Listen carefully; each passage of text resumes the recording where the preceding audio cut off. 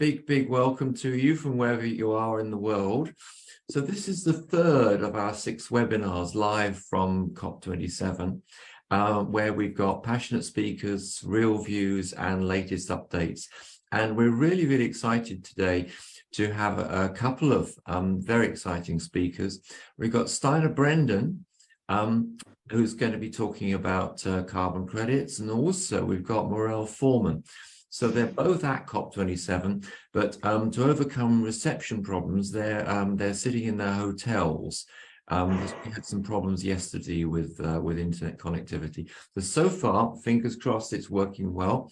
So let's hope it all works out well.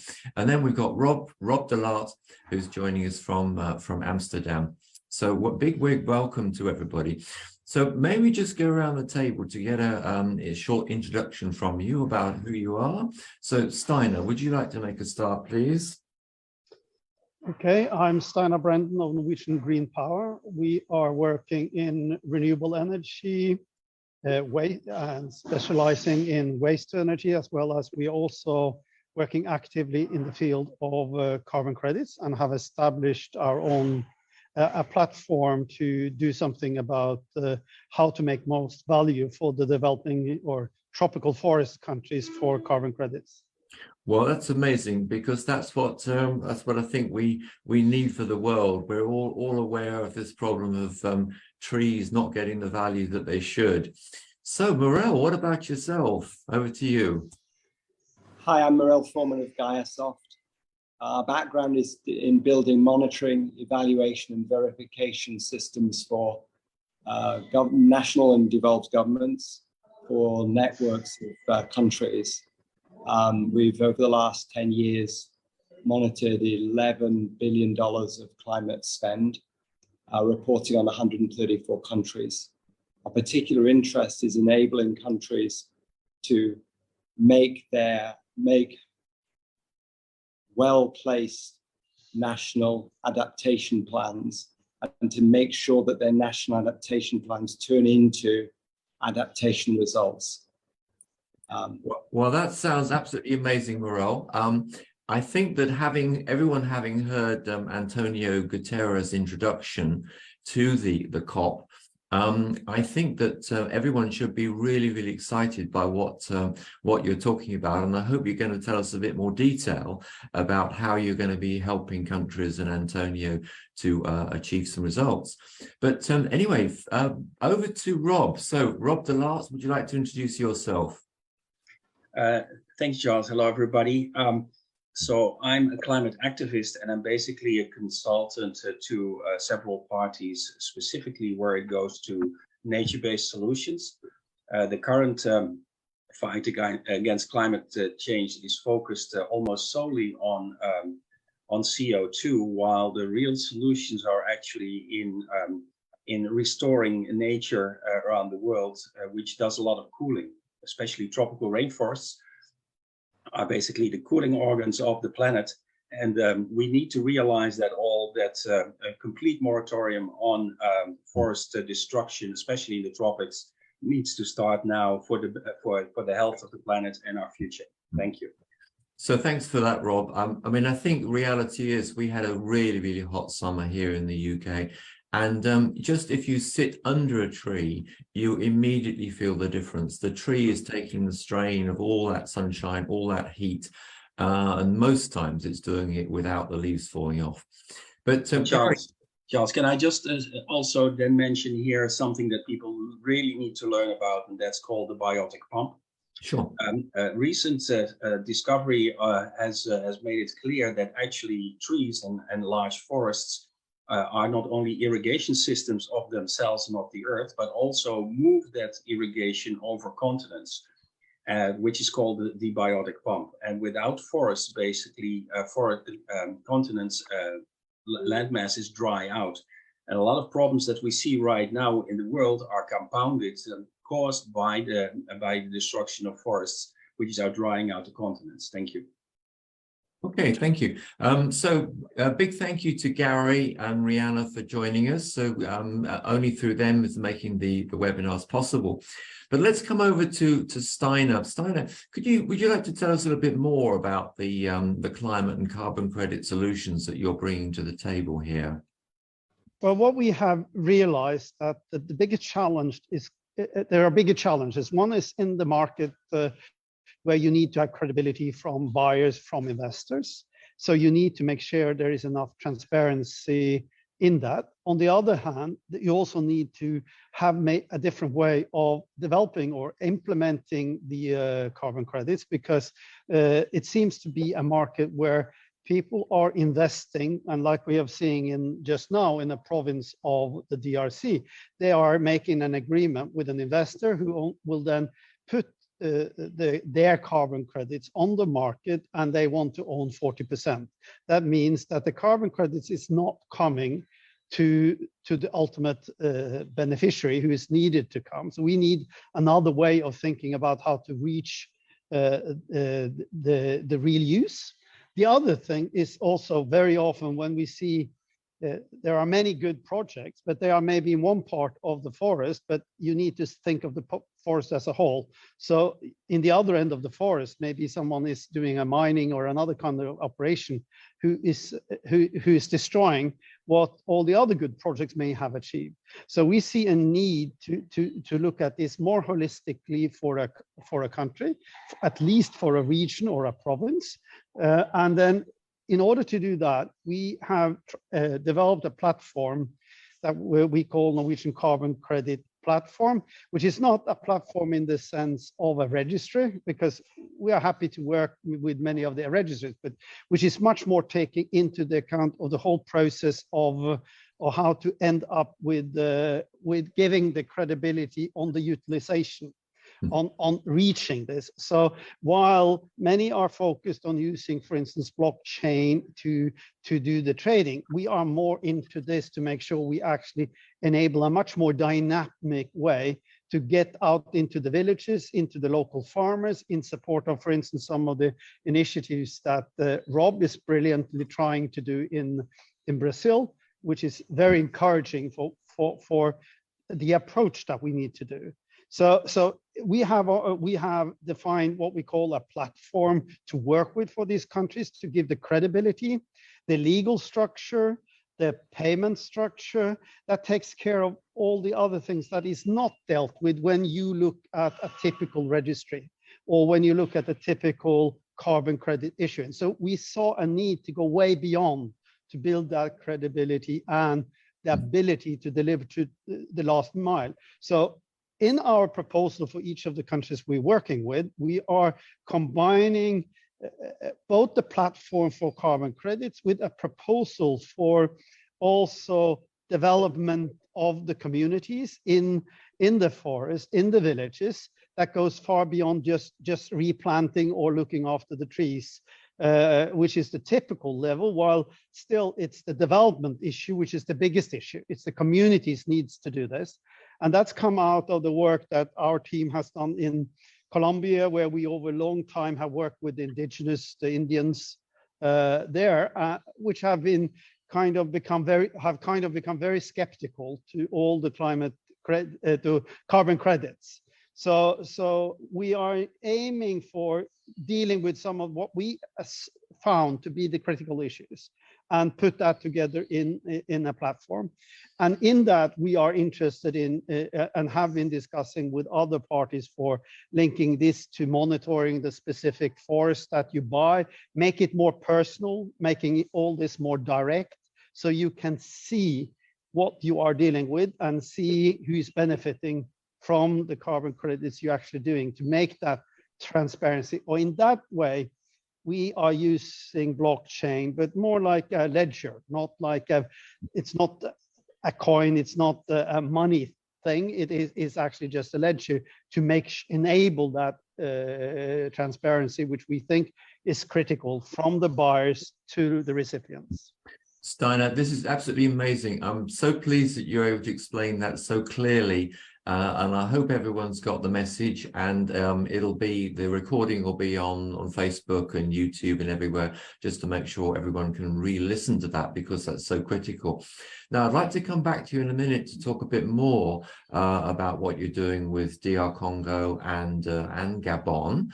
But let's first of all go over to Morel, because you've got such at the moment with the world being so far behind with cutting emissions, sounds to me as if you've got something really important here. So would you like to tell us a bit more about your climate solutions, Morel?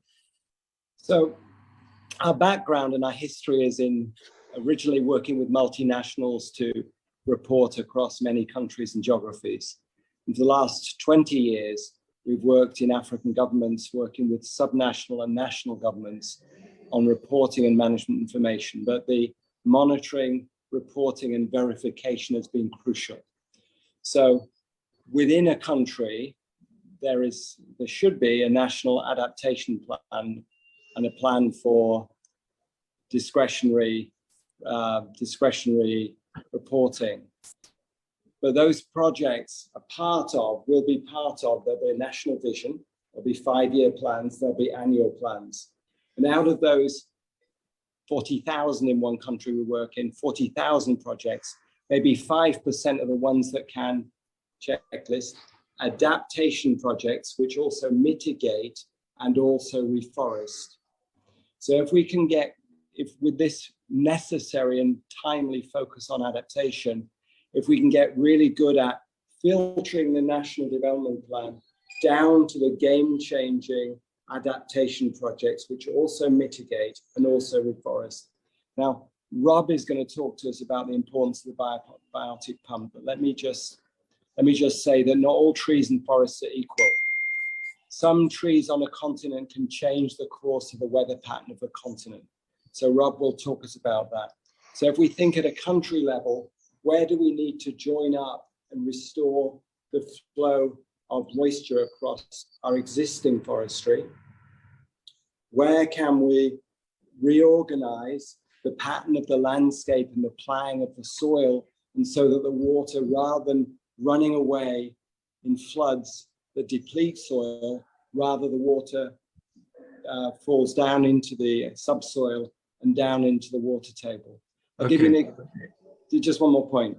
So of that, taking an example, a project in Kenya, climate smart agriculture, meant to build 7 dams, fully paid from World Bank funding. I work with subnational governments in Kenya to build delivery units that make sure things that are important get done. 7 dams to be built, 2 actually built, 26% delivery, full budget spend.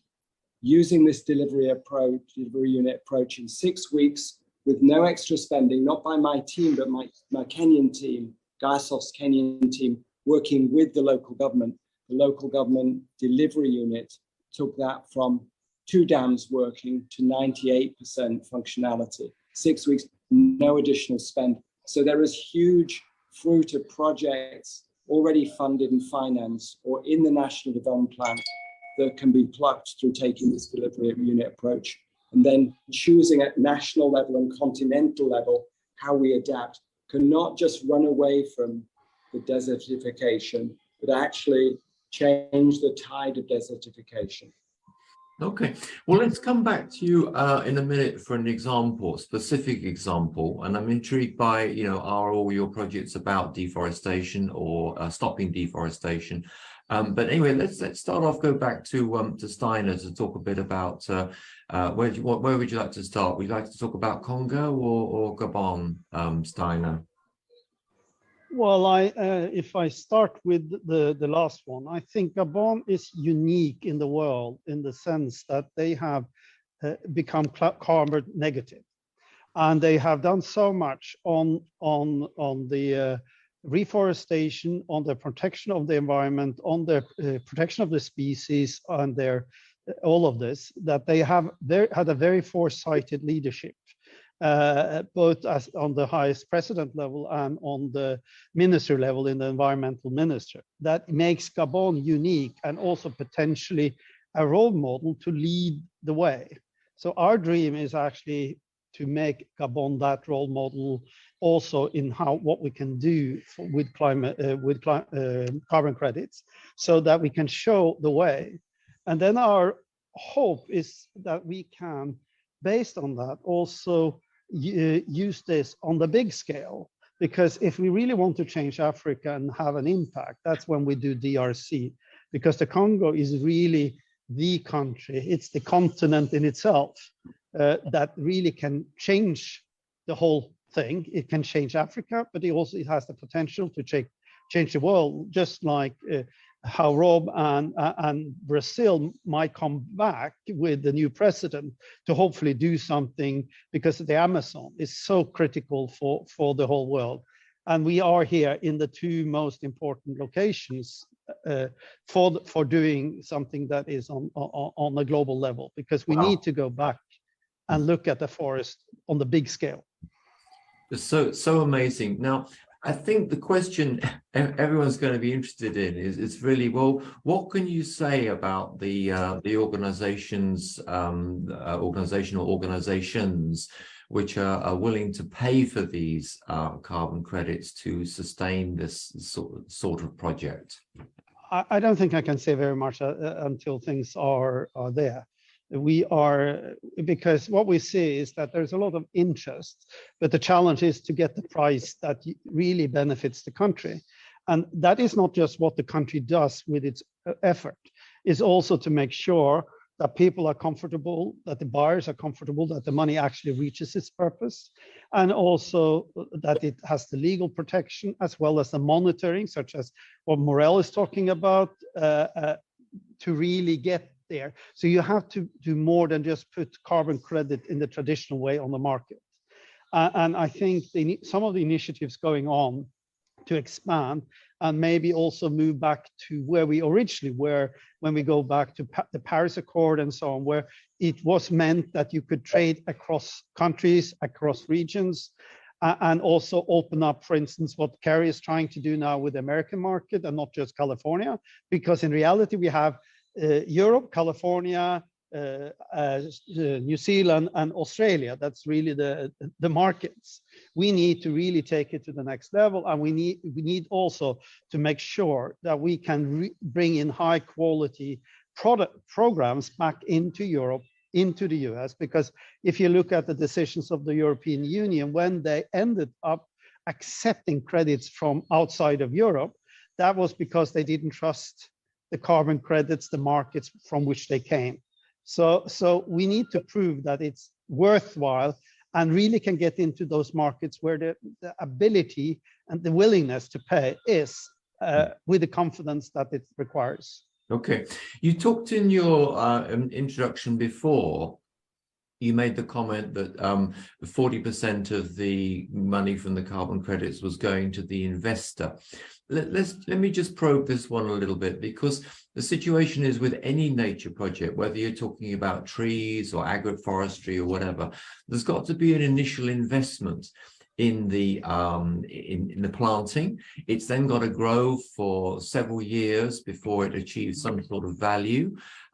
So the sort of balance between the investor and the community, surely there needs to be some sort of balance between the two to make sure that the investor gets the return for the money that they're putting up. Well, in your question, you start with the assumption that the investor actually pays for all this, and that the investor is really doing this. Typically, the investor is paying for the cost of the certification and putting it on the market. Very little is really done by the investor doing this. That's all the activities very often going on. So what we are looking at is how could we possibly make this market more dynamic, so that you kind of put up what is the forest that you actually are looking to protect, and then monitor the results of that and get credits out of that, more than just having a passive look at a project that was pre-planned for years, that is almost, is not dynamic. It makes it very hard to do this. So we are suggesting another way over time that we aim to do beyond just selling existing credits. This is why we see the way of suggesting another way of making a platform that makes this dynamic, because you need to make the carbon credits more dynamic, more personal, more direct to the communities, because what we have today is currently very bureaucratic and long time consuming, and it doesn't give the freedom that the benefits for the farmer, the guy in the village, or the one who's actually employed to look after the forest, something that can be tangible for them. And this is the work that needs to be done over time. Okay, yeah. Charles, let me weigh in here, because I really think that it's as I've been working with both, understood what Morel is doing and what Steinar are doing, and what they're doing is complementary.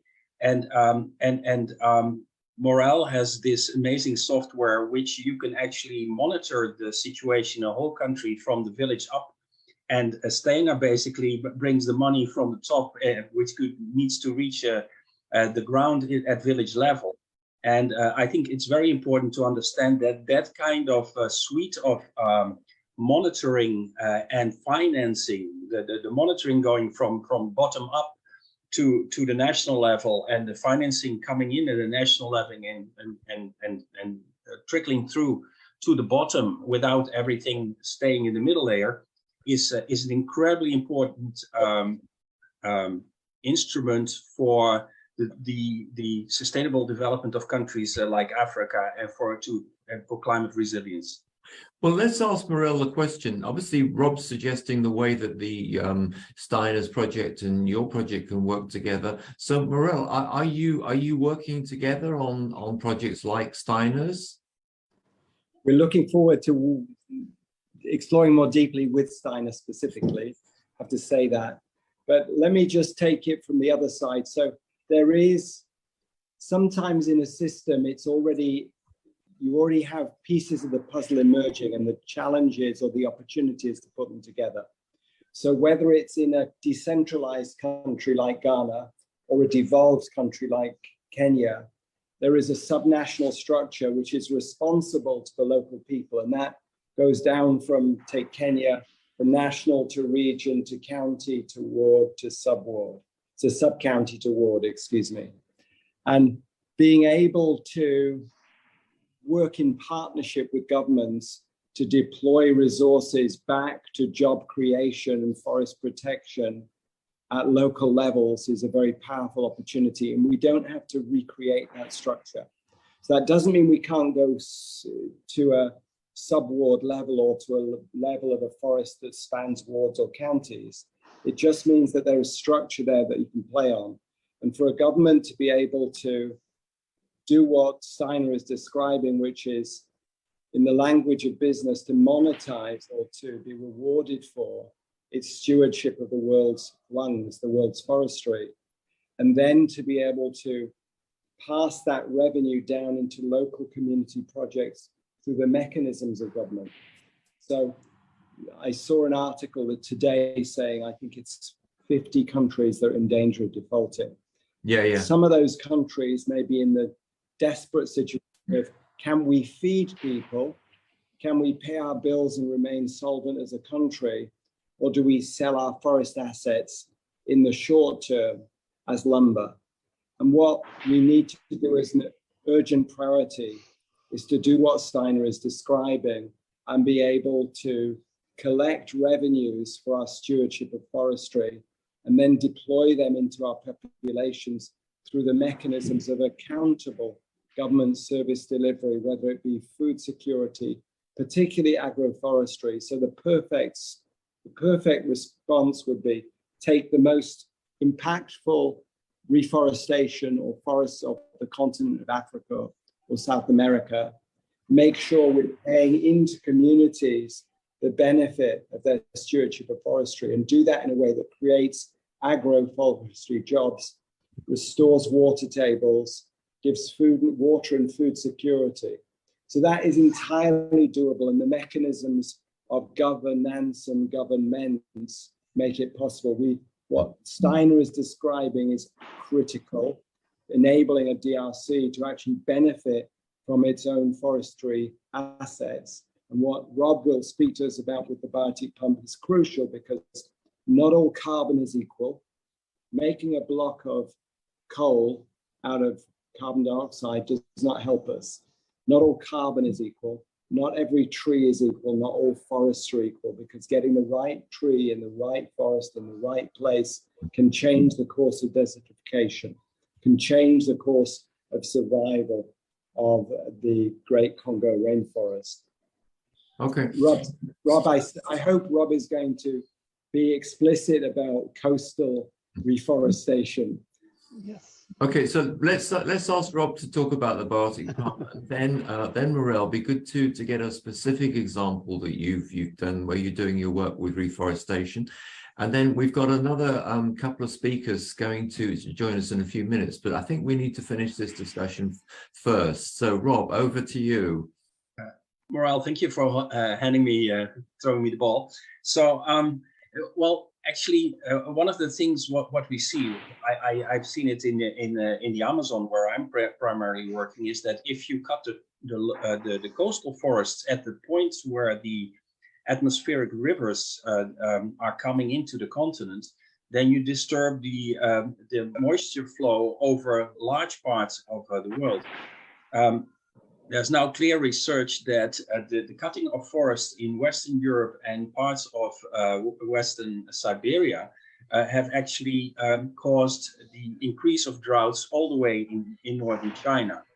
That means that you need a continuous flow of moisture, and forests do that over whole continents. And for instance, in the case of Africa, it means that you have to reforest the Horn of Africa and the east coast of Kenya, and then so basically you have to go over North Kenya, and then South Sudan. South Sudan is still quite forested, but you need to restore the flow that comes all the way from the Indian Ocean and the monsoons of India all the way to the West African monsoon, and that will increase precipitation over the Great Green Wall in Africa, which is already being built. It's of course something like 15 countries working together, but they would get much more moisture, so the trees would come back much faster. And it's a virtuous circle. Once you got it pumping, it will bring more moisture, bring more trees, bring more moisture. Amazing. So Morel, would you like to give us an example, a more specific example of the sort of work that you're doing and how it helps? Yeah, I'd like Rob really to build on this. I'm an engineer by training. And when I sit in an apartment and I feel the fridge is cold inside, I feel it's hot on the back. And basically, a forest has the same effect. There's evaporation on the leaves of a forest, which dramatically cools. When something evaporates, there's a huge uptake of water. It cools the canopy under the forest. It cools the air around the forest. At the same time, vapor full of heat rises to cloud level and condenses. And when it condenses, it discharges vast amounts of heat energy into the atmosphere. Forests dramatically cool. Carbon is a poor proxy indicator for global cooling. When I spent decades designing indicators, you talk about proxy. A good proxy is something that tells you what you want to know. The bad proxy is something that distracts you from what you want to know. So if we credit carbon for creating forest cover in the right places, we can change the course of history. If we credit carbon for things that just are not material to cooling and not material to reforestation and restoring of ecosystems, we do ourselves a disservice. I just want to say that. So one of the things Rob is doing and is aware of is across different countries, continents, and organizations, there is an emergence of grassroots climate-related solutions. So particularly, very low-cost intervention is when a farmer, smallholder farmer, plows. If they plow horizontally, this is not just known in Africa, this is known internationally, globally, that if they plow horizontally, rather than running down the hill and taking away the topsoil, the water drains into the soil, into the subsoil, and back into the water table. So as a very, very specific example, and it's because it's one I know well, the process that we used in Kenya, World Bank contract, ran for a few years, dramatically impactful for the engineers and scientists among us, orders of magnitude of return on investment. So whatever the money in, orders of magnitude of return on investment. Okay. So, but Morel, my question is here: is should these farmers be ploughing at all? Because I thought that we were going for no-till and regenerative agriculture. You're right. The point is to create patterns across the landscape. That means when the rain falls, the moisture is there, it drains into the grooves on the landscape and the patterns of the landscape, so the water doesn't get away. Okay. The result of that is we don't get mass flash floods in a place like Cyd County in Kenya. That's the intention. But right. Going back to the example, of the dams. So go to the national development plan of a country and look for the adaptation winds that also mitigate and reforest or rehydrate.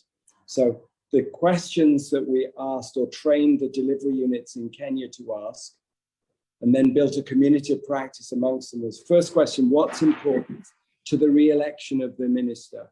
Sorry, to the re-election of the governor, to the mandate and the manifesto, to the first 100 days, to the legacy. So what's the political economy have to say? First question, what's important? Second question is, so what was intended? 7 dams, right? Third question, what's the reality? 2 dams. Next question is, well, what's the gap? 5 dams, right? Then the next question is, do you understand why? And that requires the people literally on the ground in the county to ask questions, find out. The answer is, I'm not going to go into the detail of that, but they answer the question, why is that happening? What's the cause? And then the next question is, what are you going to do about it? These are basic, fundamental questions. Anybody close to the reality of reforestation, flooding, local food security in a county of Kenya or in a district of Ghana or in a district of Botswana can answer. Yeah, amazing. So Morel, you're telling everyone how to read a national plan in a completely different way, and I think that's something that we need to do, and we need you to give us some more examples of it later on, because this for me is revolutionary. But there's just one more thing to say. The beautiful thing, and the solution is already in the system, is that there are already, where World Bank and IMF are working, they're asking countries to build national monitoring systems to improve monitoring, reporting and verification. And they're asking countries to have public investment management policies and processes. Okay. Those are key existing structures supported by huge amounts of cash that reforestation can benefit from.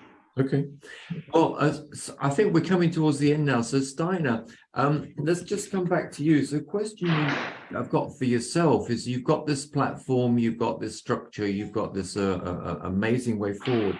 Now, what do you really need? What do you need from the world? What do you need from the UN? What do you need from countries, to investors? What do you need to make this really happen and move forward so much faster?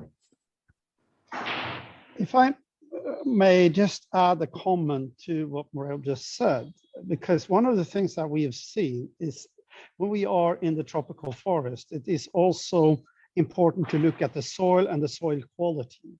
So one of the things that we really focus on as one example of what really needs to be done is to make sure that all the biomass, all the waste is coming back to the soil. And one of the most dynamic ways of getting this to work is biochar, which is really refertilizing the soil.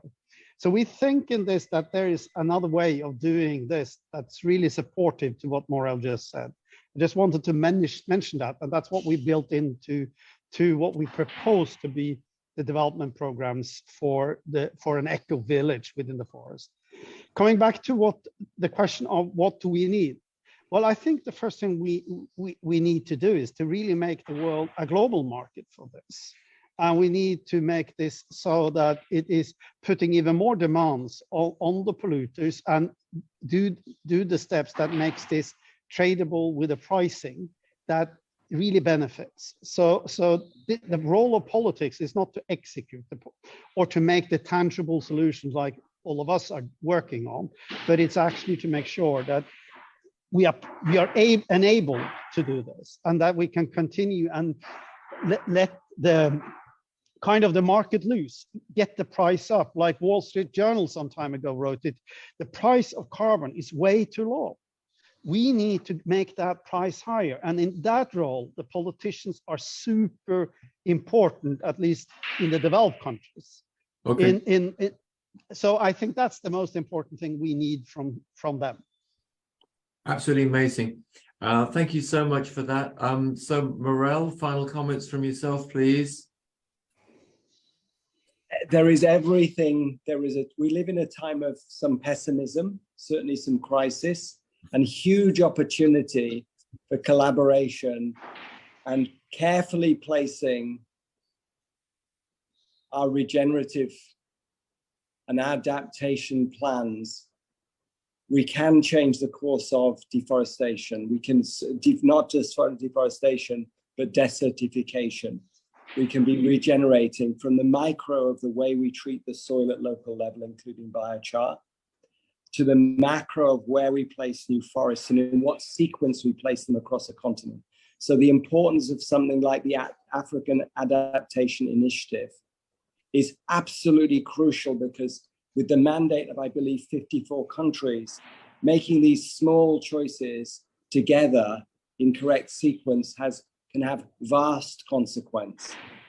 Everything to play for through collaboration. Okay, so thanks for that. Yeah, I meant to say, Steinar, thank you for putting biochar on the table and setting it into context. I can see that between the three of you, we can have a different world. Absolutely amazing. So Rob, over to you for your summary, and then we need to close this discussion. Well, there's not much to be said after Steinar and Morel talked, but maybe I can up the ante at one level. If we are all doing this regeneration everywhere locally, the result will be first that actually the weather extremes will diminish fast, because once you have regenerated forests and good soils and you treat them well, then extreme weather like droughts and heat waves and also flash floods diminish fast.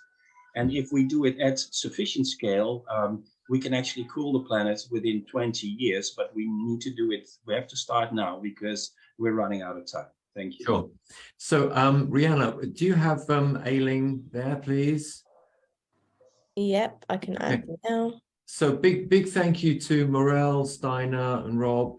If you want to stay around, amazing, that'd be fantastic. I think we need to follow this up. We need to do more with this amazing initiatives that are being discussed between the three of us here. We need to do so much more.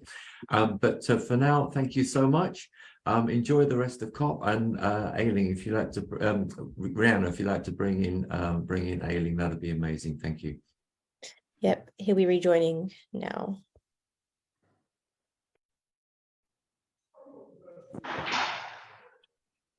Hi, Ailing. Hi. So you've got Aisling. So I'm the co-founder of Cyd Connects. Great to see you, Charles. And I've also got Jenn, my CEO, who's also on the line here as well. So it'd be great to join. So you've got quite a lot of wind noise there.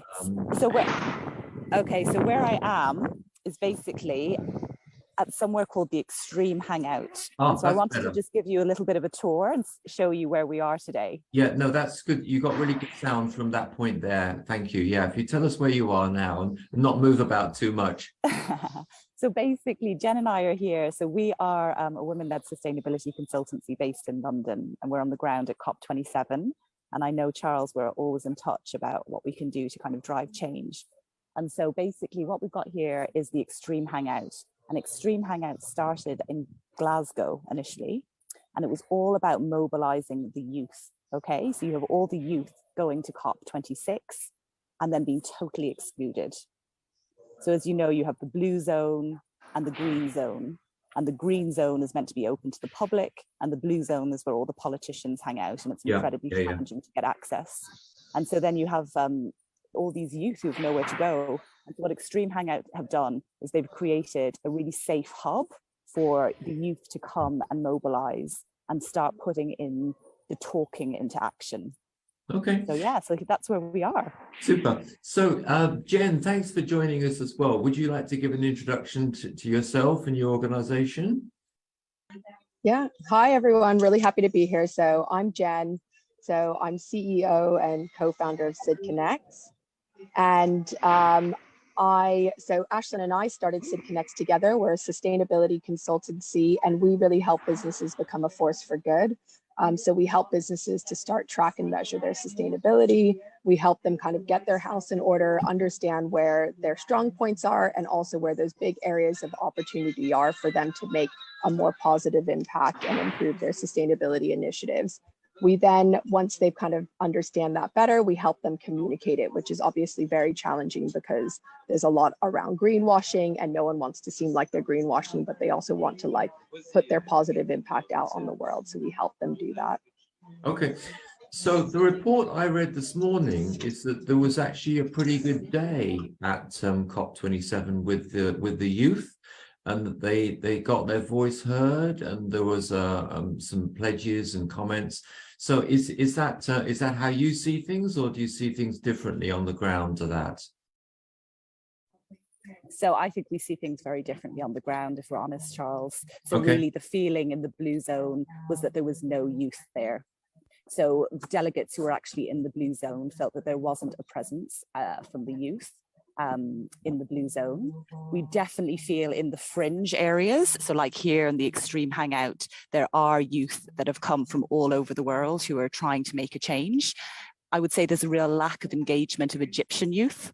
So they've been kind of left behind or left out, but you do have the youth really desperate now to take the talking into action. Jenn, do you have any builds?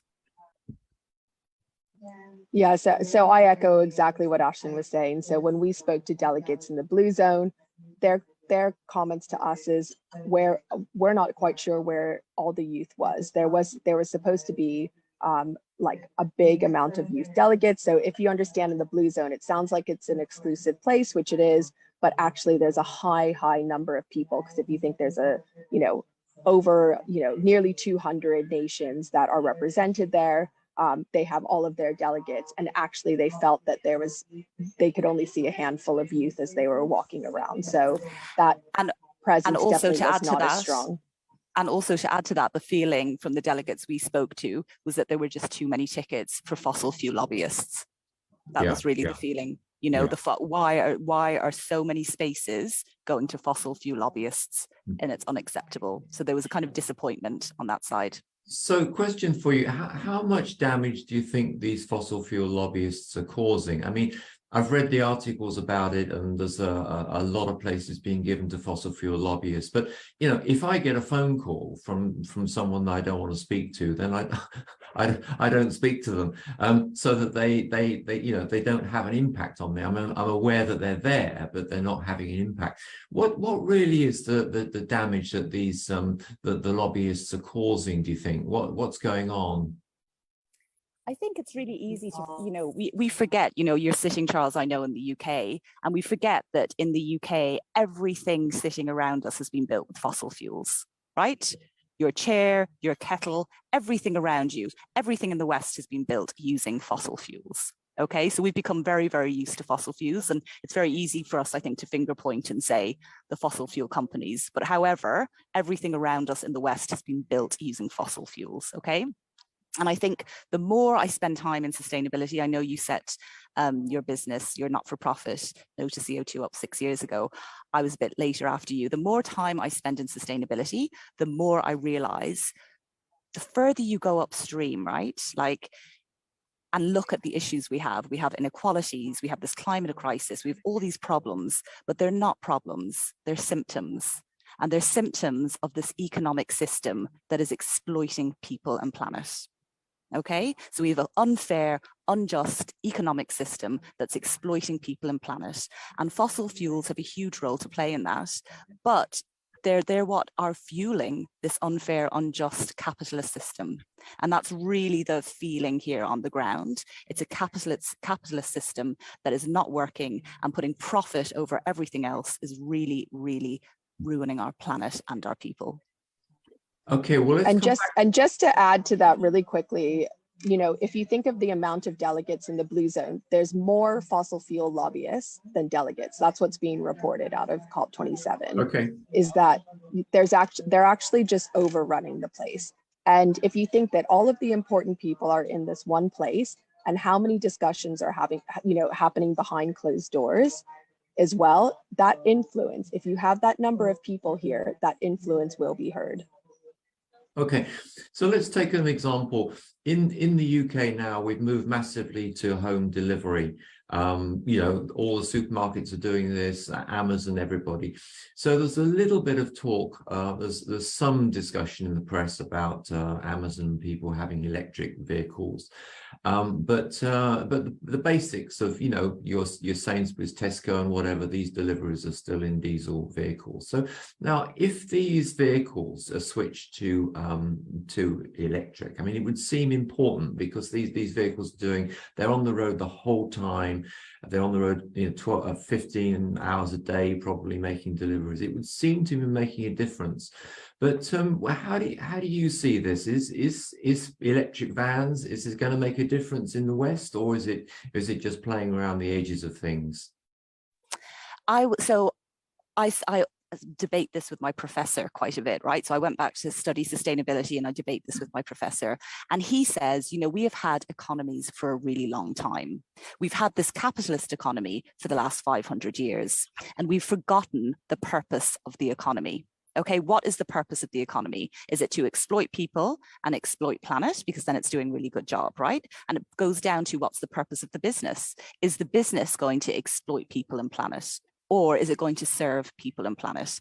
And then it doesn't matter, you know, how it's the method of transportation, but that purpose of the business has to be, it's like a systems change. The purpose of the business can't be about exploiting people and planet, whether it's electric vehicles, whether you have, you know, hydrogen vehicles, whether you have flying, whatever, do you know, it's about the purpose and the intention. And a lot of people getting rich at the top and exploiting everyone else is really causing a complete environmental collapse.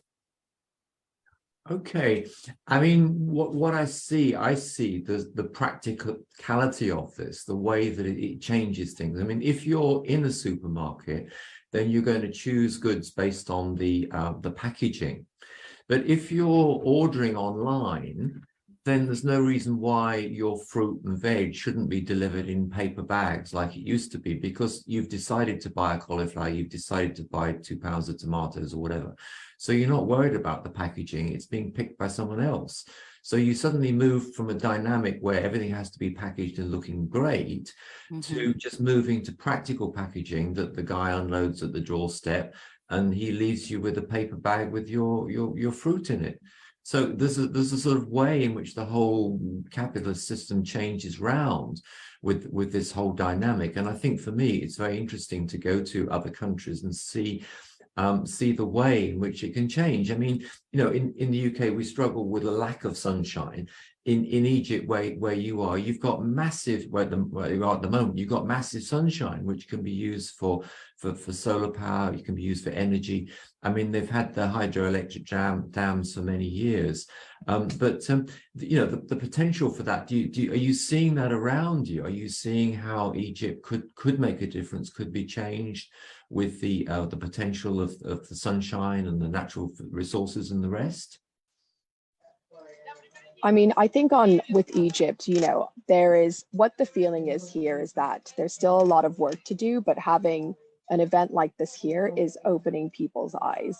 I think it's showing them that there is an opportunity to change. You know, there can also be a monetary benefit to its citizens and its people as well, if it's done in the right way. But I think the big kind of theme here is that if we're going to make this change, if we're going to have a systems change, the money needs to come with it, right? So they're like, you know, one of the panels that we sat on in Bloomberg yesterday was like, what's the one thing, you know, if you had one word to describe what needs to be done to take action, and the person up there was like, money. We need the money to to lead the change. So people need to start investing in to make this change.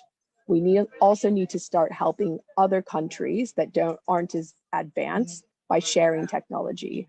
So why, you know, it shouldn't be a race of everyone trying to do it themselves. Collaboration is seriously the new competition. You need to come together. We need to be sharing with each other, and we need to be moving things ahead a lot faster than we are. Amazing. I mean, certainly when I was in Egypt a long time ago, there seemed to be a sense of the roads, and then as soon as you're off the roads, you're into this desert. I mean, I don't know the dynamics of the desert, but potentially that desert maybe could be, you know, an objection to solar power in the West is that it takes up so much space, it takes up space for other things. Whereas if it's being put over the desert in a place like Egypt, then maybe there's a potential for absolutely incredible amounts of solar power without disturbing the environment. I don't know. How do you see this? I definitely agree with that, but I think also the thing we have to remember is that if you're going to bring solar energy in, you need to have, you know, the infrastructure in place to support that, to be able to store it, to be able to, you know, distribute it. So I think that that's the thing around it, is that there's a lot more, you know, there's a lot more to it than just throwing some solar panels out in the desert and then, you know, everyone's benefiting from it. I feel like there needs to be that infrastructure and organization in place. And that's where the bigger, you know, developed countries that have implemented this, that are using some of this technology, have that kind of power to be an ally to countries who haven't moved far enough ahead in this space. Okay. And I think that's really where it needs to change. So we've just got a great comment come through from Steinar. I don't know if you heard him on the previous discussion, but he was quite amazing. And what he said here, he says, listening to your discussion on the purpose of business, he'd like to refer to the Norwegian word for business. I'm going to struggle to pronounce this, but it's something like næring. Jenn's husband is Norwegian, so she might be able to oh, help you with the it's something like I absolutely will not be able to pronounce it's something like næringsliv. And the point is, it literally means to nurture life. So means the word for business is about nurturing life, which is so amazing. And also there was another comment earlier, I think, from Martin, which is like, do we have time? Like, what is the other option? Do we have time for the systems change? And I think on that, you know, the fiduciary duty of a CEO in the US is to make as much money as possible for its shareholders.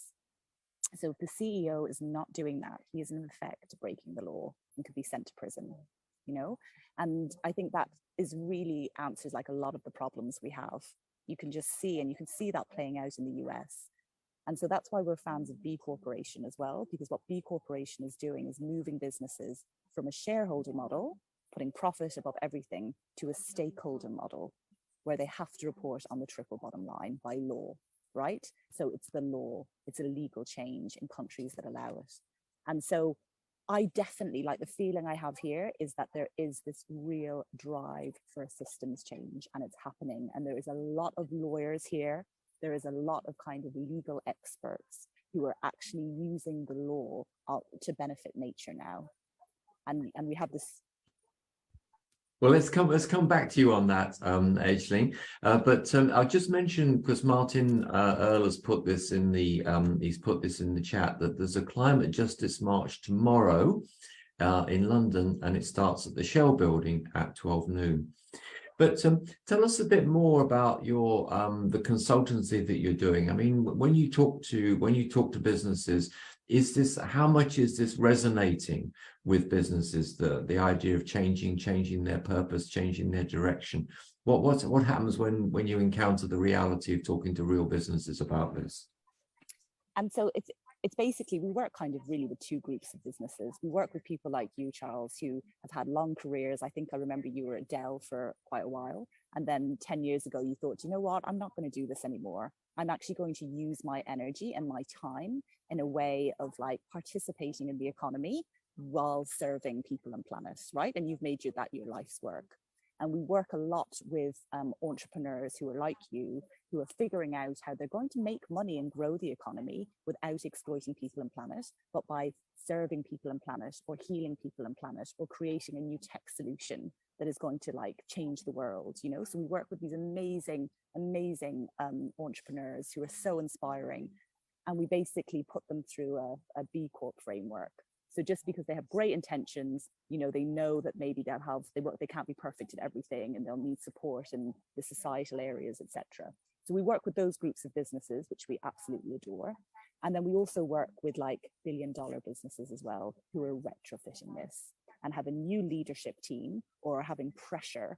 And they are like, do you know what? We know that we're not going to be around unless we sort this out. And for those businesses, it's far more challenging. Okay. Far more challenging. Amazing. So let's just talk a bit about system change. I think a lot of people feel frightened by system change because it means the turning upside down of the world that we know. So do you have a model where we can move to a system change without turning everything upside down? I mean, the example that I really like is companies who are using an internal price of carbon, so that there's a company I know which is for current items they're looking at $50 a ton, and then for future projects they're looking at $150 a ton of CO2. So if you ask their development team to look at something new, they'll factor those costs in.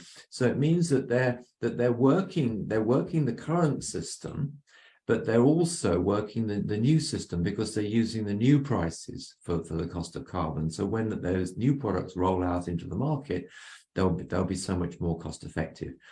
So, but what's your take on this? How is it possible to integrate system change, or what does system change mean? Can it be done without terrifying people that the world's going to go upside down? And I saw a question pop in as well about degrowth as well, which is, you know, people, they hear systems change, they hear degrowth, and to your point, Charles, they kind of freak out and hear recession. You know, you hear recession. Yeah, I'm good with degrowth. I'm good with degrowth, but tell us what you mean by system change first. Okay, so systems change is really, you know, as a species, we haven't figured out how we grow the economy without exploiting people and planet. It's that simple. We just haven't figured that out yet. And these politicians come on and they're like, we're going to grow the economy. And we all get really excited and say, yes, but we're not going a little bit further upstream and figuring out how are they going to do that, right? How have we done that? In the past, we've done it by literally someone paying the true cost that we cannot see and using fossil fuels. And so that really needs to change, okay? And I think how that changes for businesses is moving businesses from a shareholder model to a stakeholder model. And it means that they are looking at the planet, they're looking at people, they're looking at their supply chain, they're treating their employees fairly, they're thinking about everything 360, okay? So they're not just squeezing on price. So that's the first thing businesses can do. So that's that systems change from a shareholder model to a stakeholder model. Okay. Do you have anything to add to that, Jen? Yeah, I mean, what I was going to say around this is that I think it's also down to intention. So, you know, I think that we always say that, you know, businesses can be doing something one way today. They can be just, you know, driving that short-term growth, driving the money in, getting it really quickly. And that's how a lot of businesses work these days, because we've just built that system. If we're going to start changing things, we need to start from the inside. Each business needs to do things differently. I think that, you know, we need to look at longevity, and that's not just in terms of like growth of a business, but also in terms of, you know, the products we create, what we put out on the world. How is that going to, you know, how's that going to drive consumer behavior? Are we, you know, asking people to participate in overconsumption? Oops, sorry, are we asking people to participate in overconsumption? And we really, you know, it's about being more thoughtful in your choices, and actually, you know, what you put out into the world is not just driving short-term growth at any cost. That is the systems change, is actually considering other people and planet before you put another product out in the world, and thinking about, you know, am I just trying to drive short-term growth? For what reason? It's not sustainable to continue to do business in this way, not just for us, but also for those people that are investing in our businesses. You know, we see it all the time. A business is not going to last if we keep driving that short-term growth at a constant rate. Okay, I think you've got a great word here, Jen, overconsumption, because I feel, you know, we have massive overconsumption here. But let me just put on the table, I mean, there's been great discussions this week about the price of carbon. Because I mean, at the end of the day, carbon is a CO2 in the air. It's a pollutant, and so is methane. And so it's really only fair. It's not really only fair. It's only fair. It's only justice that if you're creating a lot of CO2 emissions, then you need to pay for those, and you need to pay the right price for those. But coming back to growth, so I think that what that means is that if you're using resources, if you're using one-off resources like fossil fuels, you need to pay for that. And secondly, if you need to dig up more copper, iron ore, whatever it is, out the ground, if you're using one-off resources like that, then again you need to pay for that. You need to pay the damage and the restoration to the planet, to the community that you're doing it. But there's a couple of examples of growth that I think we can use. One of them, sadly, is to do with air travel. But with air travel, you're buying a seat on a plane, and then the airline is inviting you to pay more money just to have a specific seat. And I think this is absolutely brilliant, because people are happy to pay more money to get not even a bigger seat, it's just getting a specific seat. I think this is terrific. And then the other example for people like myself who are quite London centric is really the theatre, that you've got a live show going on in the theatre where you've got an audience for a live show. But maybe, and at the moment you have a recording which is made and people go and watch it. But maybe there's the opportunity of a sort of Netflix model where you go and sit in the theatre and you pay price A, or you sit at home watching the same show as a sort of a Netflix thing, and you pay price B. And the price to sit at home and watch it, you're getting value from it, creating incremental revenue for the originator of the material, but without damaging the planet by having to travel around. So that's what I see as an opportunity here, and I think degrowth is important. Question from my friend Martin, but I think particularly important is this question of how we achieve growth with less resources. And also, you know, touching on that overconsumption aspect, because I spoke on a panel about this, which was called The Psychology of Desire. I spoke on a panel about it yesterday, because pre-working in sustainability, I worked in public relations for a long time in the beauty industry. And as consumers, we are so manipulated into buying things we do not need. And I know, because I sat on the other side of the table for a really long time. And when you work in PR, you know, you realize that the father of PR was a guy called Edward Bernays, and he's considered the father of propaganda and the father of public relations. And his uncle was the father of psychology, Sigmund Freud. And Freud was explaining his theory that people move towards pleasure or away from pain. And Edward Bernays realized he could use that to get people to buy things they do not need, you know. And we've seen how powerful this is with fast fashion. You know, I took all my strength. I said not to buy a new outfit to come to this event. Do you know what I mean? Because I've been so conditioned to thinking that I need to have something new wherever I go. And I really have to every time uncondition myself from buying things I don't need, and I have to stop myself constantly. Okay. I think we are so conditioned to consume. And I think that there have been, just in the last week, I've seen so many articles about Ghana and the clothes there. And there was an amazing article I read this week, how people have built a simple shack house, and it's actually built on a platform of old clothes from the West. I think if people start to understand this, it should make a real difference to people's view of the world, and buying new rather than buying pre-used, or whatever your phrase is, Ashley. Yeah, absolutely. Business, so look, it's been absolutely amazing. Not exploit. It's been absolutely amazing talking to you both. So pleased you could join us. So if you'd like to just round off with some final comments, each of you. Absolutely. I mean, from my side, I feel like being here on the ground at COP27 has given me a lot of hope. Okay, so I feel like there is a real, like when we speak to delegates who've been coming to many, many COPs over many, many years, they can really feel the change. And they can feel that systems change, and they can feel the fact that businesses are waking up and politicians are waking up. And also this kind of the fossil fuel lobbyists all being here is their last attempt of hanging on to power, but the power is tipping, you know, and I think everyone having the conversation, doing what we can and making the change and being responsible for what we consume and responsible for where we work will really make a difference too. Okay, just picking up before Jenn speaks, just picking up on your point here. There's a lot of talk about what individuals can do, and of course, for me, making what we're trying to do here, we're trying to make it easy for people to do something by planting trees. But I think the reality, sadly, is that everyone who is still undecided about doing something, reality is that everyone who's not doing enough, everyone who's not doing anything. And that means more than doing a lot more than just recycling. All of those people who are not doing anything actually are passive supporters of the fossil fuel industry, because by not doing anything, people are passively supporting the status quo. And it's so important. I mean, we've now planted 1.5 million trees, which I'm pleased with. But you know, what with the need. With so much requirement here, so much transformation that planting the trees makes. If we planted 1.5 billion trees, I'd be feeling a lot happier.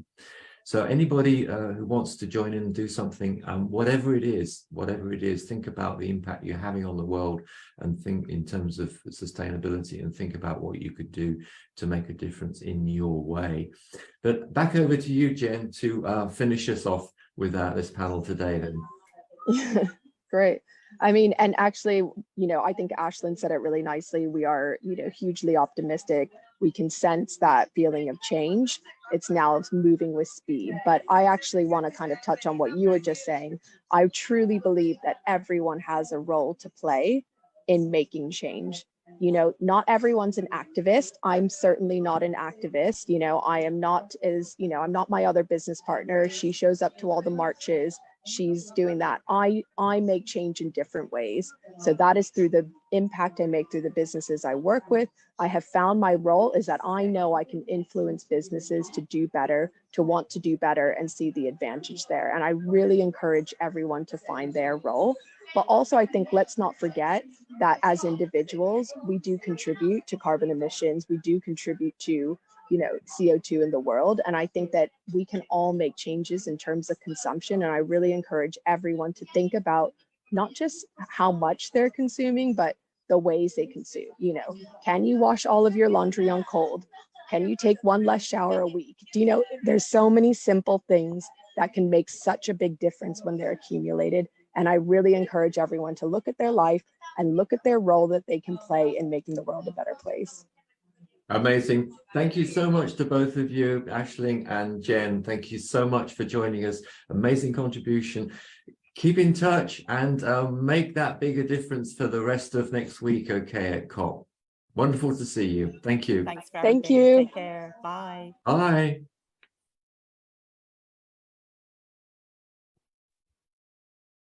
Okay, are we